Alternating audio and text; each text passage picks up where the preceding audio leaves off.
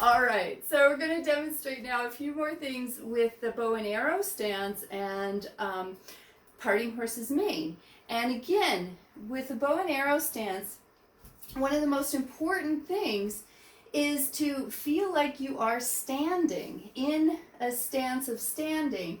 It's just with your feet in a different position, but it's still the same alignment. We don't want to be jutting forward with the chin. We don't want to be arching the back. And so if I'm in that parting horse's mane position and I've got my chin a little forward, watch what happens. So Carly's going to come in and put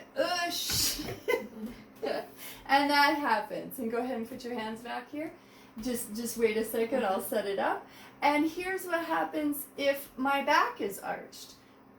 There's no way to sustain that position. Now, if she puts her hands here and lets me rest in, which she's a fighter, let me rest in for a second. So just put your hands there.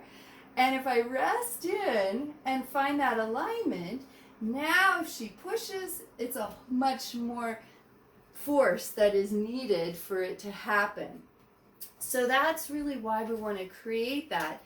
And also with now just a little bit about the power of the movement of parting horse's mane. If I'm trying to do this movement mainly with my arms, here's what'll happen. And Carly's going to hold down this arm. And if I try and do it just the arms, even if I'm doing the arms well with down energy, but just the arms, I kind of run into her strength again. If I do it, however, and feel a sense of that nice grounding and then releasing into the earth, then wow, the arms can express themselves, but not with a lot of force, physical muscle contraction force. Instead, it's the coordinated body movement. So one more time on that one.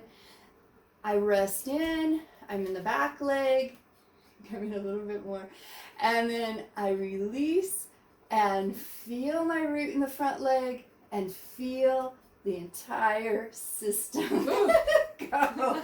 But she was giving me a lot of force on that one. So. All right. One other thing, that force now, that similar movement, if I'm just focused on front energy and just focused on going forward, here's what happens if she does it again. And I'm just all about moving forward, moving forward, moving forward. That happens. If I'm also focused on going down and back in the back leg, it'll change the dynamics. So again, now I sink in and there's some down and back in the back leg. That happens. And notice that down and back in the back leg helps me end up here and not here in this movement. So that's why we always are playing with the opposite energy as well. So that's some of the fun stuff with parting horse's mane, the bow and arrow stance, and hopefully all of those gave you a better sense of the applications for the Tai Chi.